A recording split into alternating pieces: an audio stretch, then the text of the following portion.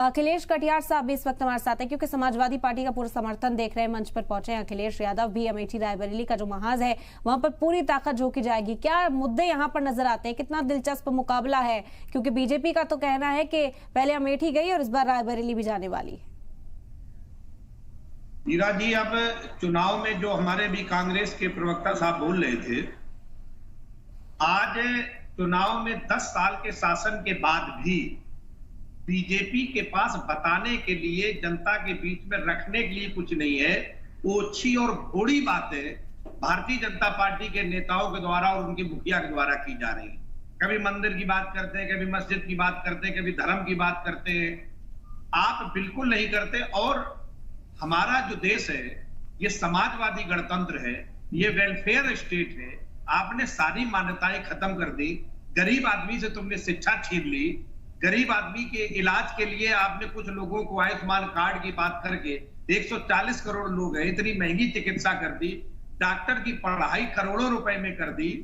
जो किसान है 23 रुपए में जीवन जीने के लिए बदहाल है। ऐसी हालात में देश को ले जाके खड़ा कर दिया और आपके पास बताने के लिए कुछ नहीं है। इसलिए आप भावनात्मक मुद्दे उठा के, धर्म के मुद्दे खड़े करके आप चुनाव में जा रहे हैं, जिसको अब जनता झांसे में आने वाली नहीं है। 2024 में इनकी विदाई तय है और बुरे तरीके से विदा हो गई है। अखिलेश कटियार साहब, क्योंकि हमने जो चुनावी कैंपेन देखा है रायबरेली में, अमेठी में, रायबरेली में जो कांग्रेस कार्यकर्ता घर घर तक पहुंचे, लोगों को राग़िब करने की कोशिश की, कहीं ना कहीं ये मंत्र दिया जा रहा है रायबरेली से कि यहाँ पर उम्मीदवार एमपी के लिए आप नहीं चुनेंगे, आप वजीर आजम, आप प्राइम मिनिस्टर के लिए एक उम्मीदवार चुनने वाले हैं। समाजवादी पार्टी का क्या फिर मौक़िफ़ रहने वाला है? क्योंकि प्राइम मिनिस्टर का फेस अब इंडिया इत्तेहाद ने सामने नहीं रखा है और कहा जा रहा है कि अक्सरियत के हिसाब से वो फैसला होगा। जी, हमारे गठबंधन में चुनाव के बाद हम लोग तय करेंगे कौन प्रधानमंत्री होगा, कौन नहीं होगा। लेकिन इस चुनाव में जो बीजेपी की बौखलाहट है, कोई भी इनका नेता किसी भी भाषण में 2 मिनट के बाद इनका सनातन खतरे में आ जाता है, हिंदू खतरे में आ जाता है, धर्म पे आके बोलने लगते हैं। जबकि पूरा देश ये जानता है कि धर्म के नाम पे ये गरीबों का पैसा हक लूट रहे हैं, संविधान को कमजोर कर रहे हैं। अभी कन्नौज में माननीय अखिलेश यादव जी गौरी शंकर मंदिर में पूजा करने जाते हैं, फिर बाद में वहां के लोग, पंडे पुजारी और भाजपा के लोग मिलकर मंदिर को धुलने का काम करते हैं। आज भी भारतीय जनता पार्टी के लोग इस देश के दलित और पिछड़ों को जो नीच समझते हैं, अछूत समझते हैं, ये बात पूरे देश का दलित और पिछड़ा समझ चुका है कि ये लोग हमसे नफरत करते हैं। क्योंकि नफरत करते हैं इसीलिए ये हमारा आरक्षण छीन लिए हैं, खत्म कर दिए। क्योंकि हमें नीच समझते हैं इसीलिए हमारे खिलाफ नीतियां बनाते हैं। इस देश में गरीबों का पैसा लूट के अमीरों के यहां पहुंचा दिया गया है। तो अब ना कोई सनातन खतरे में है, ना हिंदू धर्म खतरे में, असल तौर पर भाजपा खतरे में। और जब भाजपा खतरे में होती है तो इन्हें सनातन खतरे में दिखने लगता है। लेकिन अब इस देश का दलित पिछड़ा, इन्होंने जो इस देश के 80% 90% आबादी है, उन्होंने ये तय कर लिया है कि ये राष्ट्र विरोधी जो ये लोग हैं, जो पूंजीपतियों के गुलाम की तरह काम कर रहे हैं, जो आम जनता का पैसा लूट के पूंजीपतियों के घरों तक पहुंचाने का काम कर रहे हैं, इनको सत्ता से विदा कर दिया जाए। जो समाज में ऊंच नीच, भेदभाव, छुआछूत फैलाए हैं, पाखंड, चमत्कार, अंधविश्वास का धंधा फैलाए हैं, इन लोगों को विदा करके इस संविधान को मानने वाले लोग, आरक्षण को मानने वाले लोगों को सत्ता में लाने की जरूरत है। उत्तर प्रदेश में राहुल गांधी जी जहां से चुनाव लड़ते, समाजवादी तो ने वहां से जिता के भेज देते, वो विषय नहीं था। उत्तर प्रदेश ने पूरे यूपी में इस बार बीजेपी की विदाई का रास्ता बनाया है। अमेठी से लड़ते तो अमेठी से जीते, रायबरेली से लड़ रहे तो रायबरेली से जीतेंगे।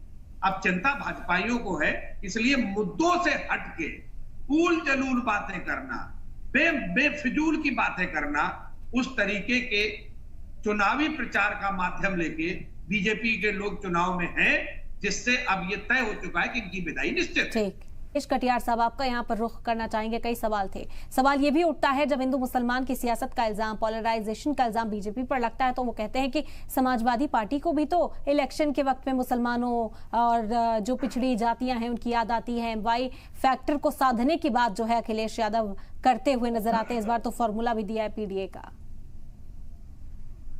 अभी हमारी बात जो है, एक प्रवक्ता बोल रहे थे, मैं नाम नहीं देख पा रहा हूँ स्क्रीन पे उनका, और वो कह रहे थे कि मंदिर कैसे धोया जा सकता है, कैसे ये हो सकता है, छत्री हैं हम।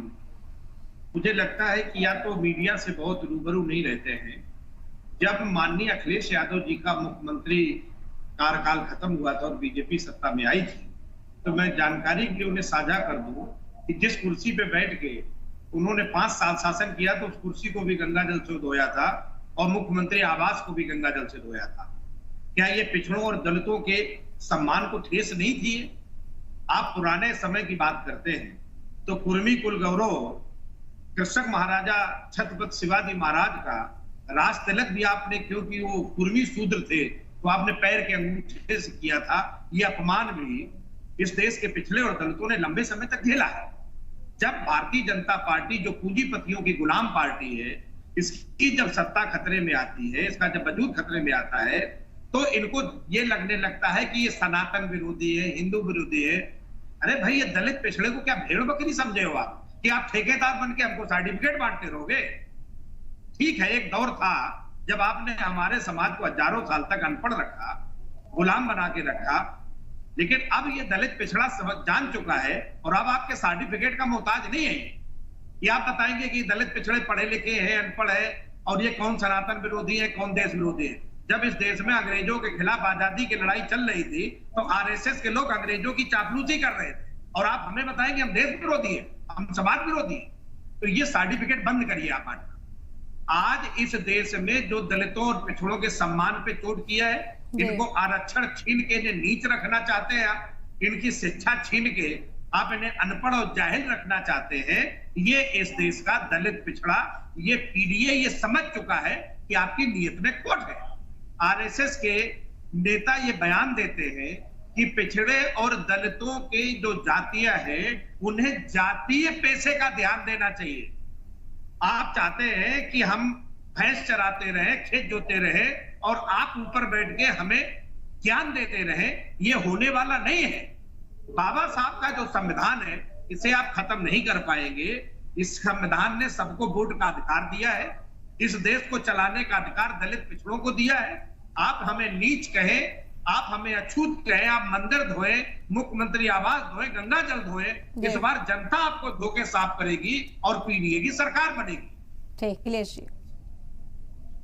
निरंजन साहब बोल रहे थे, कभी बुला लीजिए, जाके जाए न पांव बेवाई, वो का जाने पीर पर आई। जो निरादर की चोट है वो किसी भी चोट से भारी होती है। निरंजन साहब, आप नहीं महसूस किए जीवन में, इसलिए आप ऐसा बोल रहे। कभी वक्त हो तो बैठ के उस विषय पे भी बात कर लेंगे।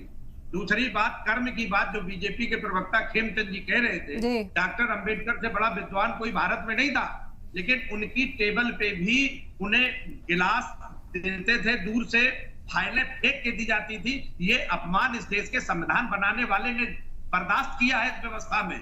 दलित पिछड़ों ने क्या उत्पीड़न बर्दाश्त किए हैं। शिक्षा और सम्मान आपने छीन के जो रखा है, इसके लिए इतिहास गवाह है। और ये जो अपमान है, अगर ये बात हम करते हैं तो आप हमको कहते हैं कि आप हम तोड़ने की बात कर रहे हैं। अरे जातियों में समाज को आपने बांटा, तार तार समाज को आपने किया है। हम लोग तो एक जोड़ के एक बनना चाहते हैं, संविधान को जमीन पर उतारना चाहते हैं, और समता पे आधारित समाज बना के संविधान ठीक है निरंजन साहब।